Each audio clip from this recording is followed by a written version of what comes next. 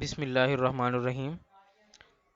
دوستو، آج ہم بات کریں گے ذہانت کیا ہے، واٹ از انٹیلیجنس، اور یہ کیسے پیدا ہوتی ہے، اور دنیا کا ذہین ترین انسان کون تھا۔ ذہانت کے بارے میں لوگوں میں مختلف قسم کی خیالات اور رائے موجود ہے۔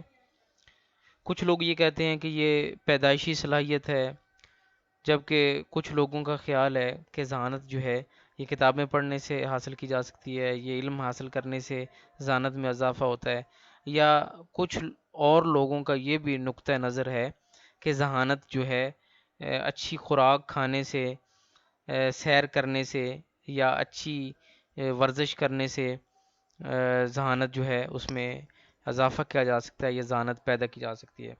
آج کی اس ویڈیو میں ہم ذہانت پہ بات کریں گے کہ ذہانت بیسیکلی کیا چیز ہے، انٹیلیجنس کیا چیز ہے، اور یہ آیا کہ انسانوں میں ہوتی ہے یا نان ہیومنز میں بھی ہو سکتی ہے۔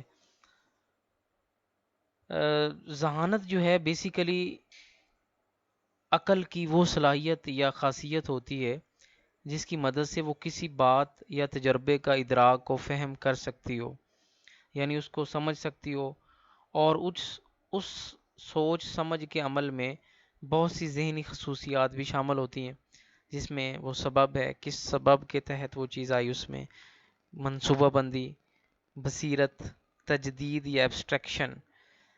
ان تمام چیزوں میں آگاہی، عقل، حس، لاشعوری طور پہ سوچنا، حکمت، خیال کرنا، دانائی، وزڈم، معرفت، ادراک، یہ ساری چیزیں جو ہیں ذہانت کے نعم البدل کے طور پہ جو ہیں ٹرمینالوجیز میں استعمال ہوتی ہیں۔ تو پراپرلی اس کو ہم ڈیفائن کرتے ہیں کہ ذہانت کیا چیز ہے۔ An innate ability to solve problems is called intelligence۔ innate ability کہتے ہیں پیدائشی فطری صلاحیت پرابلم سالو کرنے کی یا مسائل کو حل کرنے کی، یہ ذہانت ہے۔ تو اس ڈیفینیشن کے مطابق ذہانت جو ہے یہ پیدائشی یا فطری عمل ہے، اس کو ہم پیدا نہیں کر سکتے، بلکہ اس میں اضافہ یا اس کی پرفارمنس کو بہتر کیا جا سکتا ہے۔ ایک اور ڈیفینیشن کے مطابق intelligence has been defined in many ways: the capacity for logic, understanding, self awareness, learning, emotional knowledge, reasoning, planning, creativity, critical thinking, and problem solving. More generally, it can be described as the ability to perceive or infer information and to obtain it as knowledge to be applied towards adaptive behavior within an environment or context. Intelligence is most often used in humans but has also been observed in both non-human animals and in plants۔ تو اس کا مطلب ہے کہ یہ naan humans اور plants میں بھی intelligence ہو سکتی ہے۔ اچھا، ایک ٹرم یوز ہوتی ہے آرٹیفیشل انٹیلیجنس، تو یہ مشین کی لینگویج ہے۔ Intelligence in machine is called artificial intelligence, which is commonly implemented in computer system using programs and sometimes specialized hardwares۔ تو ہم بات کریں گے کہ دنیا کا ذہین ترین انسان کون تھا۔ نارملی جو ذہانت جو ہے اس کو ہم میئر کرتے ہیں آئی کیو میں، انٹیلیجنٹ کوشنٹ۔ تو اس بندے کا نام ہے ولیم جیمز سائٹس۔ یہ بندہ دنیا کا ذہین ترین انسان گزرا ہے۔